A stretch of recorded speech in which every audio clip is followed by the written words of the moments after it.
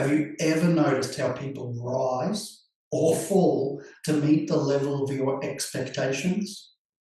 How a team can play really well against the top of the table, but then play really poorly against the bottom of the table? You know those days where everything just flows, you believe in yourself, and it all just comes easily? Well, that's not coincidence. That's psychology. And it's something called the Pygmalion Effect. So what expectations are you unconsciously holding for yourself right now? In this episode of The Happiness Hack with Tim Coulson, we're going to explore how beliefs shape reality, not in a magical way, but through neuroscience, psychology, and behaviour. You'll learn how those expectations that you hold for yourself, even the subconscious ones, quietly shape your performance, your connection, and ultimately your level of happiness.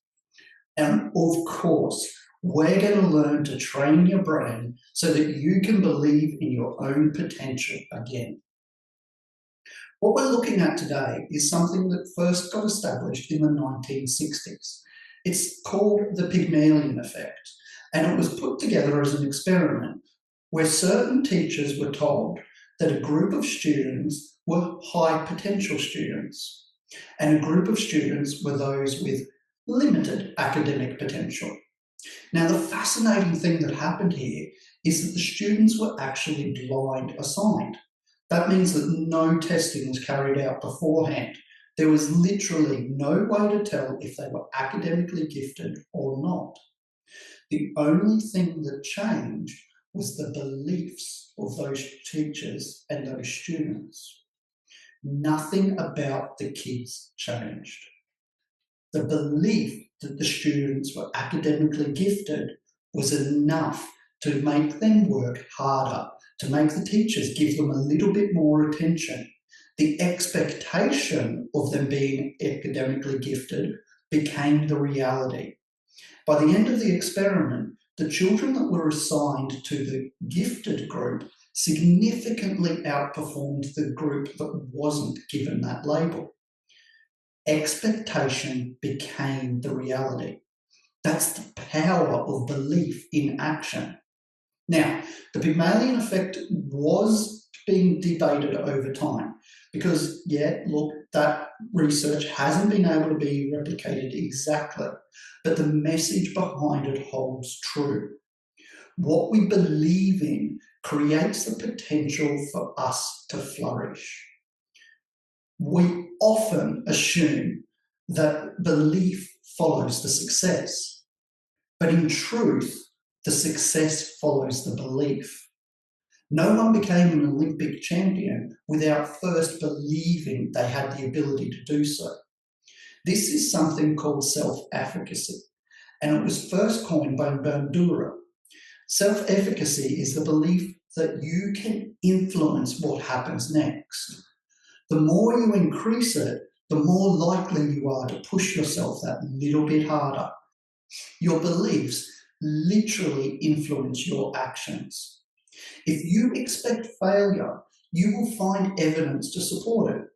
That's your reticular activating system. Then, because you found the evidence to support it, your actions are going to decrease. Your actions to do the contrary are not going to be there. On the other hand, if you expect success, then you're going to do everything possible to achieve it. Your belief of success is going to influence the actions you take to achieve it. When you expect progress, your brain starts scanning for the opportunities for you. Your belief changes your behaviour. Then your behaviour creates the results. This is where the Pygmalion Effect kicks back in. Because your actions are now being seen by others, it influences their beliefs. Think about it. How many people have given you their beliefs about you in the past?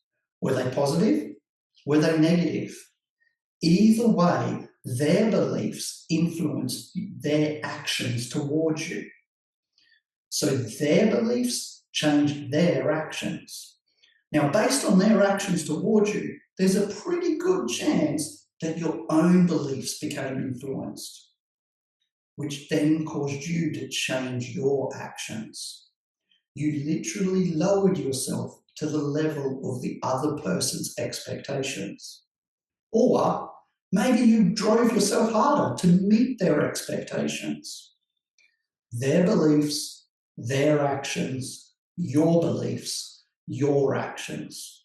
This is where the power is. Your belief changes your behaviour.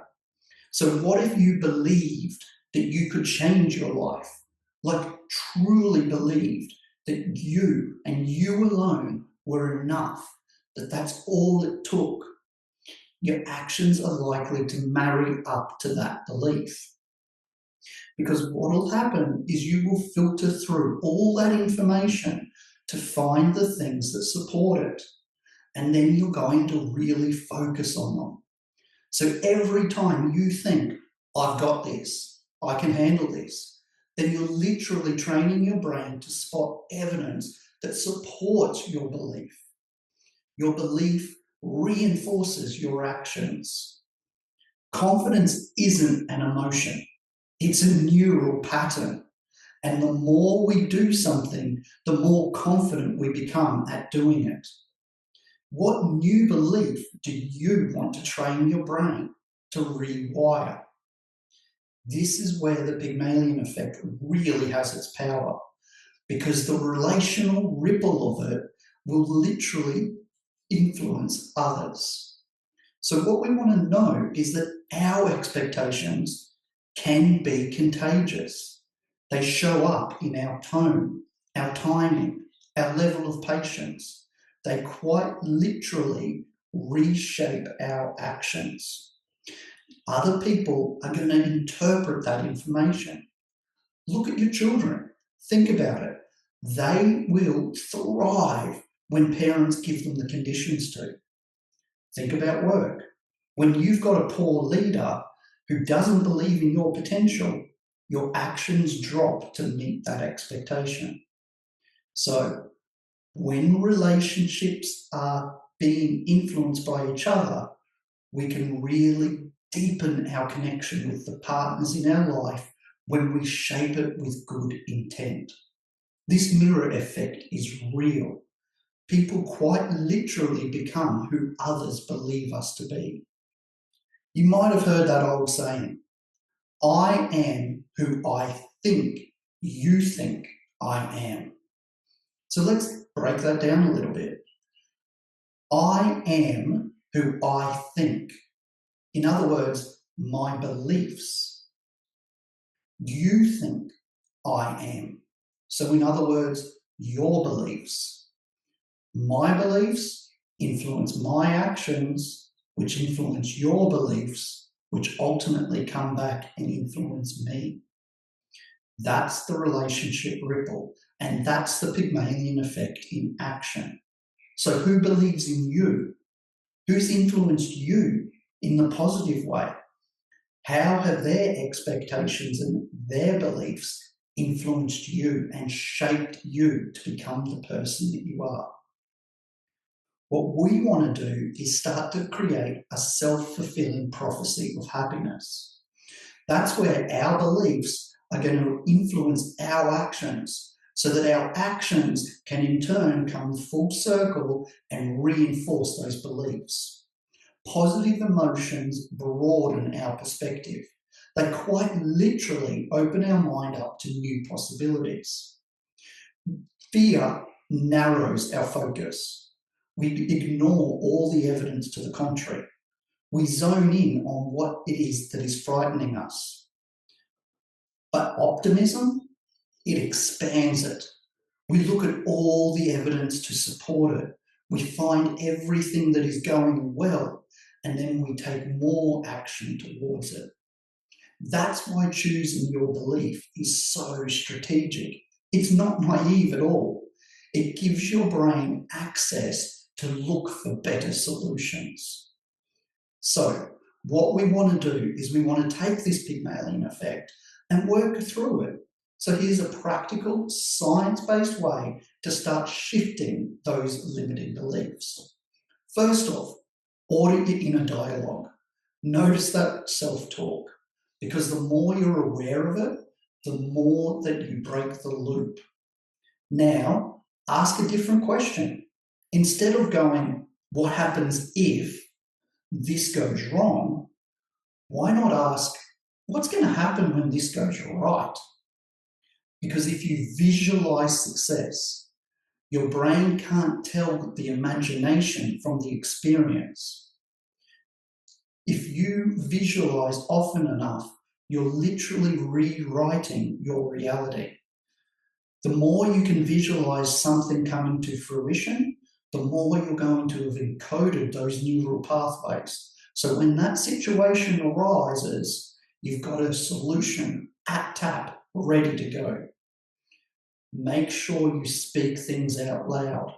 Language is way more than just a lever. If you say it, you're going to feel it. Repeat it. I'm learning. I'm growing.